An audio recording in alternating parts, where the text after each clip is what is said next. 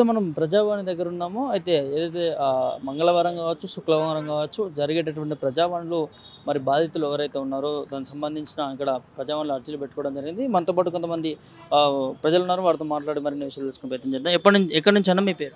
అన్న మేము వచ్చింది మేడ్చల్ మల్కాజ్గిరి జిల్లా దమ్మాయిగూడ మున్సిపాలిటీ ఆర్జీ రోడ్డు మన Saibaba temple back side colony నుంచి వచ్చినాం అన్న. పల్లం ఇంటర్నేషనల్ స్కూల్ దగ్గర మాకు ఏంటంటే ప్రధాన సమస్యలు ఏంటంటే డ్రైనేజ్ లేదు, దాంతోపాటు వాటర్ పైప్ లైన్ లేదన్న, సీసీ రోడ్లు లేవు, ఎలక్ట్రిసిటీ కూడా సింగిల్ ఫేజ్. సో ఆ ఫ్లక్చుయేషన్స్ వల్ల కూడా మొత్తం ఎలక్ట్రిక్ గ్యాడ్జెట్స్ అన్ని పాడైపోతున్నాయి, ఏసీలు పాడైపోతున్నాయి. ఆ డ్రైనేజ్ వాటర్ అంతా బయటకు వచ్చేసరికి ఆ రోడ్ల మీదకి వచ్చేసరికి ఆడ మొత్తం పాములు తయారవుతున్నాయి, ఈ పందులు వస్తాయి అక్కడికి, ఆవులు వచ్చి బొరుతున్నాయి అందులో. ఆ వాటర్ పైప్ లైన్ కూడా ఆల్రెడీ మీకు అందరికీ తెలుసు, అక్కడ దగ్గరలో డంప్ యార్డ్ ఉంది. ఆ డంప్ యార్డ్ వల్ల భూగర్భ జలాలన్నీ కూడా కలుషితం అయిపోయినాయి. దాంతోపాటు ఇప్పుడు వాటర్ కొనుక్కొని తాగుతున్నాం మనం. దీంతోపాటు ఈ సమస్యలు, ఈ డ్రైనేజీ వాటర్ కూడా మొత్తం ఇంటి ముందు ఉండేసరికి ఆ స్మెల్కి, ఆ దోమలకు పిల్లలందరూ రోగాల బారిన పడుతున్నారు. ఈవెన్ మనం ఎవరికైనా రెంట్ ఇచ్చినా కూడా 2-3 నెలలకు మించి ఉండట్లేదు. వాళ్ళకి ఆ విషయం తెలిసిన తర్వాత రెంట్ కాల్ చేసి వెళ్ళిపోతున్నారు వాళ్ళు.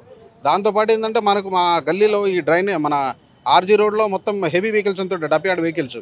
ఆ వెహికల్స్ వెళ్ళేటప్పుడు కూడా దాని నుంచి మొత్తం అంతా లిక్విడ్ అంతా కారుతుంటుంది, కారు రోడ్ల మీద కారే స్మెల్ వస్తుంటుంది. సో యాక్సిడెంట్లు జరుగుతుంటాయి. ఆ పిల్లలందరూ కొన్ని వేల మంది పిల్లలు ఉన్నారు అక్కడ. ఇంటర్నేషనల్ స్కూల్స్ ఉన్నాయి, స్వామినారాయణ గురుకులు, పల్లవి ఇంటర్నేషనల్ స్కూల్, సెయింట్ ఆండ్రూస్, ఎల్ఐబిఆర్. ఈ పిల్లలకు ఆరోగ్యం కూడా దెబ్బతింటుంది. సో అందుకని చెప్పేసి దీని గురించి, సమస్యలన్నిటి గురించి లోకల్ మన కౌన్సిలర్కి ఇచ్చిన పిటిషను, దాని తర్వాత మున్సిపల్ కమిషనర్ దమ్మాయి కూడా మున్సిపల్ కమిషనర్కి ఇచ్చినాం. ఏమాత్రం ఇంప్లిమెంటేషన్ వాళ్ళు ఏంటంటే వాళ్ళు మానిటరింగ్ సరిగా లేక అది ఇంకా చెప్పి ఆల్మోస్ట్ 2.5 సంవత్సరాల నుంచి ఫాలోఅప్ చేస్తున్నాం. ఇక లాస్ట్కి ఈరోజు సీతక్క దగ్గరకు వచ్చినాం ప్రజావాణిలో. ఈవెన్ అక్కడ దమ్మాయి కూడా మున్సిపాలిటీలో కూడా మున్సిపల్ కమిషన్ ప్రజావాణిలో చాలా కంప్లైంట్ ఇచ్చినాం. ఇక్కడ సీతక్క దగ్గరకు వచ్చినాం. సీతక్క మాకు కొద్దిగా సానుకూలంగా స్పందించారు. 1.5 మంత్లో మీ సమస్యకు పరిష్కారం చూపిస్తున్నారు, అక్నాలెడ్జ్మెంట్ కూడా ఉంది. మాకు రక్తపింజలు వస్తున్నాయి, ఇళ్లకు ఇలాంటి రక్తపింజలు వస్తున్నాయి. సో ఈ సమస్యకు మరి మోస్ట్లీ 1.5 మంత్లో పరిష్కారం చూపిస్తున్నారు. సో దాని గురించి వచ్చినాం ప్రజావాణి. ఎన్ని కుటుంబాలు ఉంటుండొచ్చు అక్కడ? దగ్గర ఒక 25-30 కుటుంబాలు ఉన్నాయి సార్ అక్కడ. 20 అంటే మిగతా వాటికి డ్రైనేజ్ ఉంది 3-4 గల్లీలకు. ఒక 3-4 గల్లీలకు కనీసం ఒక 40-50 కుటుంబాలకు ఈ సమస్యలన్నీ ఉన్నాయి. అది ఏం చెప్తారు ముఖ్యమంత్రి? వీళ్ళు ఇక్కడ మన సీతక్క ఏమన్నారంటే, సరే మాది ఇప్పటివరకు దృష్టికి రాలేదు, ఇప్పుడు దృష్టికి తీసుకొచ్చింది కాబట్టి మీకు దీనికి సానుకూలంగా స్పందించి మొత్తానికి ఆ సమస్య పరిష్కారం చూపిస్తామని అంటున్నారు. ఇంకోటి కాలనీలో స్ట్రీట్ లైట్స్ ఉన్నాయి. రాత్రిపూట ఎవరన్నా పోవాలన్నా బయటికి పోవాలన్నా ఇబ్బంది. ఆ చిన్న పిల్లలు బయటకు వస్తుంటారు. పాములు అయితే చాలా పెద్ద వస్తాయి. ఇప్పుడు మీరు చూశారు, పెద్ద పాములు వస్తుంటాయి. ఆ కనీసం స్ట్రీట్ లైట్ అన్నా చేస్తారంటే అది లేదు. ఏమంటారంటే మా దగ్గర ఫండ్ లేదు, నడిస్తే మా దగ్గర ఫండ్ లేదు, మీరే అలా ఇంత చందాలు వేసుకొని, మీరు స్తంభాలు వేసుకొని, మీరు ఆ ట్రాన్స్ఫార్మర్ చేంజ్ చేసుకోండి, ఆ లైన్ ఒకటి ఎక్స్ట్రా వేసుకోండి అని చెప్పేసి అంటున్నారు. అయితే గవర్నమెంట్ దగ్గర ఫండ్ లేకపోతే మా దగ్గర ట్యాక్సులు తీసుకుంటారు కదా, మా దగ్గర తీసుకున్న ట్యాక్స్ మాకన్నా చేయాలి కదా. ఇప్పుడు మేము కూడా ఎలక్ట్రిసిటీ బిల్ కట్టాం, ఫండ్ లేదు మా దగ్గర. ట్రాఫిక్ మన కార్పొరేట్ ట్యాక్సులు కట్టాం మేము, లేకపోతే ఈ మున్సిపల్ ట్యాక్సులు కట్టమంటే ఊరుకుంటారా సార్? ఫండ్ లేదని ఎలక్ట్రిసిటీ బిల్లులు కట్టమంటే ఊరుకుంటారా? రక్త పింజర్లు కనబడుతున్నాయి అక్కడ, ఇళ్లకు రక్త పింజర్లు వస్తున్నాయి. మామూలుగా కూడా ఆ పాము కరిస్తే చనిపోతారంట వితిన్ సెకండ్స్లో. అంత పెద్ద పాములు కూడా తిరుగుతున్నాయి. కనీసం అక్కడ పెద్ద డాంబర్ రోడ్ కాకుండా మినిమం ఒక నడవడానికి వీలుగానే ఉండాలండి. వర్షాలు పడితే బురద అయిపోయి జారిపోతున్నారు. ఆ పిల్లలు బయట పోవాలంటే ఇబ్బంది, లేడీస్ బయటకు పోవాలంటే ప్రాబ్లం అవుతుంది. అంత ఘోరంగా అంటే అసలు అక్కడ మనుషులు ఉన్నారా అన్నట్టు చూస్తున్నారు. ఆ డ్రైనేజ్ కూడా అన్నీ రావడం అంత ఇబ్బంది అయిపోతుంది.